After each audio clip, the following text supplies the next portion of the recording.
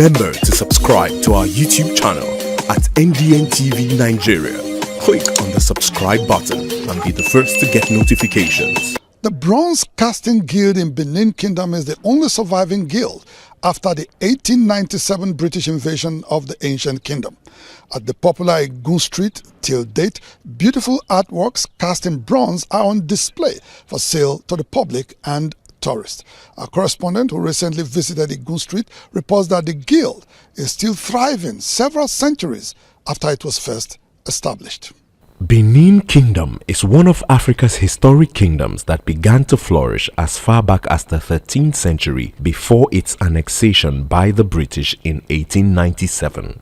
The kingdom became famous for its leading role in the arts as well as its advancements in science and technology. Following the 1897 British invasion of the kingdom, the many guilds which contributed immensely to its influence and economic prosperity fizzled out except for the Bronze Casting Guild, which was able to reorganize itself.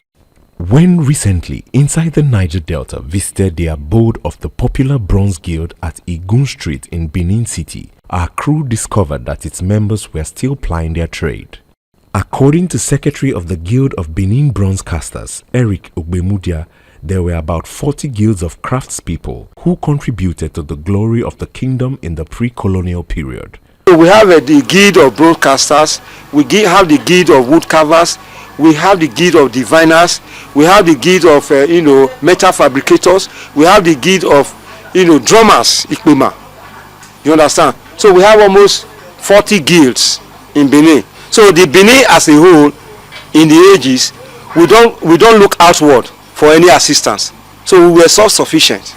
Bronze casting is as old as Benin Kingdom. Since its inception, the Guild of Bronze Casters has been regarded as one of the most important guilds, whose function is to preserve the history, culture, and tradition of the ancient kingdom.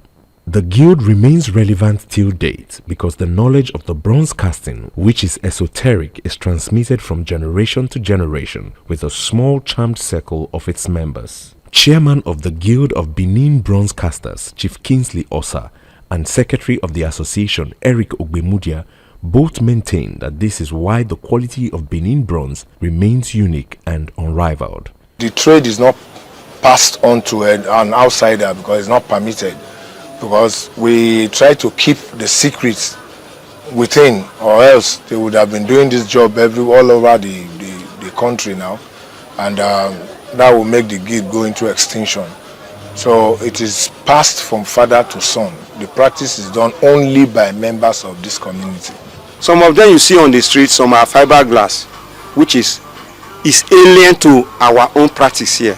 Bronze are heavy, they are durable. They don't depreciate. After the 1897 British invasion, many bronze works were carted away from the palace of Oba Ovarame Nogbaisi. Some of the stolen artifacts had their exact replica preserved by the Guild of Bronze Casters. Today, Egun Street continues to attract tourists and foreign journalists who marvel at the ingenuity of Benin craftsmen. A lot of them do come in to see how it is done and the beauty of the job and the environment that the job has been done. The Benin civilization is indigenous to the Niger Delta and remains one of the region's many objects of cultural tourism, which if properly harnessed could serve as a catalyst for economic diversification in Nigeria. Inside the Niger Delta,